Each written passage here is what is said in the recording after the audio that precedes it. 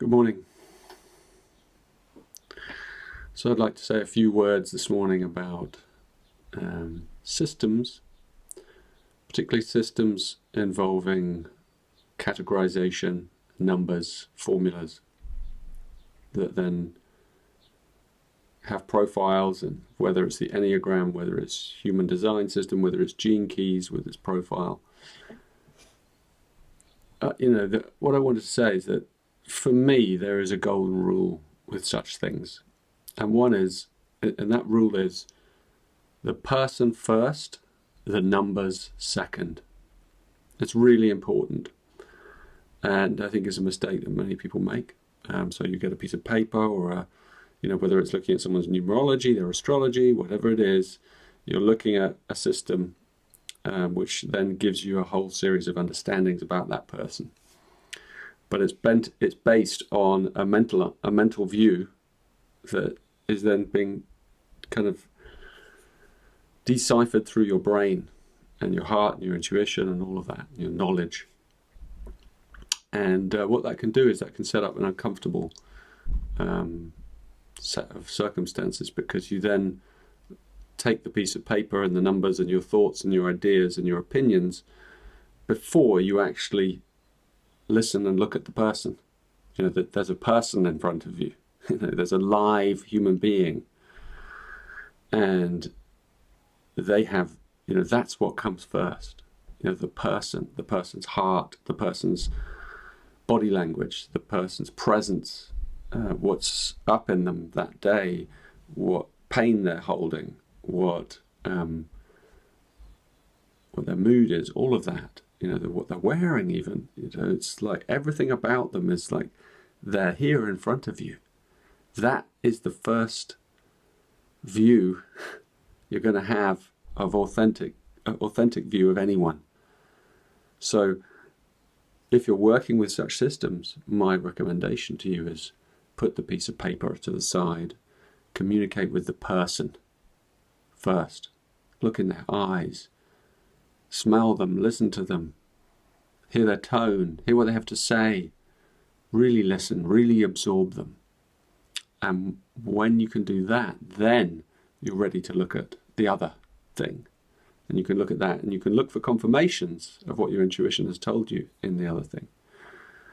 Rather than the other way around, where you start with the numbers and you go, oh, you're a this, you're a that, you're a generator, you're a 2-4, you're a 1-5, and you get into this numbering kind of lingo jargon that then actually alienates you and brings you further away from the human in front of you. And people are always amazed, because I use this system and I teach this system called Gene Keys, and yet I don't really use it in my personal life. I don't need to know what people are, what their designs are, what their profile is. I don't need to know any of that.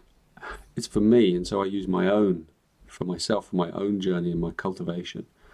But like my children, I don't know all their numbers. I have kind of vague memories of what they are, but I don't want that in the way of my interaction with them. In the case of like close, intimate relationships, it's useful to know some of the patterns that are coming up that are being triggered in you.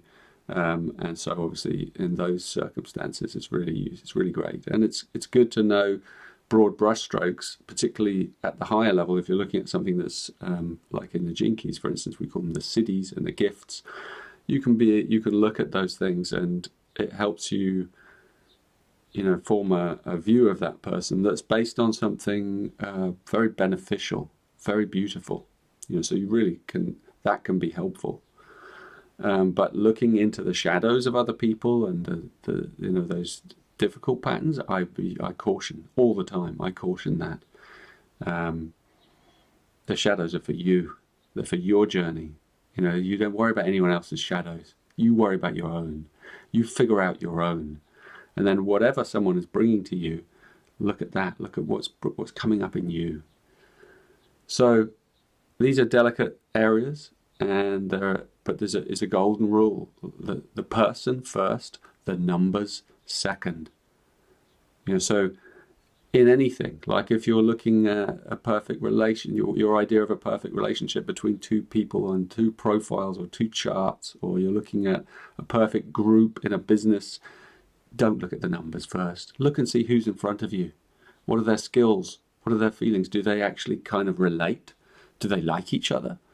You know, I mean, these are basic human principles, and it's easy to lose sight of these basic principles, you know, when you're involved in systems of thought and understanding. And this can be applied across many things. And we humans have a tendency to forget the basic, essential human components of interaction, dialogue, you know, and what's essentially love. You know, it's like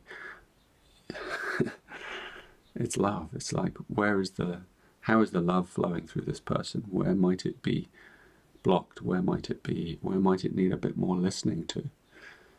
So the system should support the intuition and the intelligence and the chemistry that is live between you and another. But it shouldn't lead the way. So the first thing you do, I advise, is listen to the person, look at them, be without the profile, be without the chart, and then use it later. Bring it in for deeper insight if you wish. But even that, like, it's not essential. You know, what's essential is your ability to take in another person with openness, with an open heart, with an open mind. So, you know, for many of the people in my life, they don't even know what I do. Many of my friends, they don't even know. And I mean, they know I do this thing, but they don't know that it has these profiling things. And if they ask me, probably I'll tell them, but I'm not bothered if they don't ask me. And it's like, I'm there as their friend to interact with them as their friend. I don't need a piece of paper to kind of, or a chart or a profile or anything like that to enhance the relationship or my understanding of the relationship. It's there in the air between us. You know, that's enough. And sometimes what you can do is, when you know the basic principles that underlie all profiles and charts and things, then you can detect one of those patterns at work and you can have a hunch, but you don't need the profile to kind of confirm that, because you're seeing it live in the air. So you know then how to respond in a compassionate way and an empathic way. And so the systems themselves, the numbers and the all of that, and the language, it's for us to improve our skill of empathy, listening, to open our heart more, to be more sympathetic to others, to be more resonant, to be more compassionate towards ourselves, and particularly towards others. So yeah, I hope you get this message, and it's very, very important if you're engaged in the study of any of these systems for understanding human nature. That includes anything, you know, any psychological tool at all. So yes, take that into your day and have a look at that one.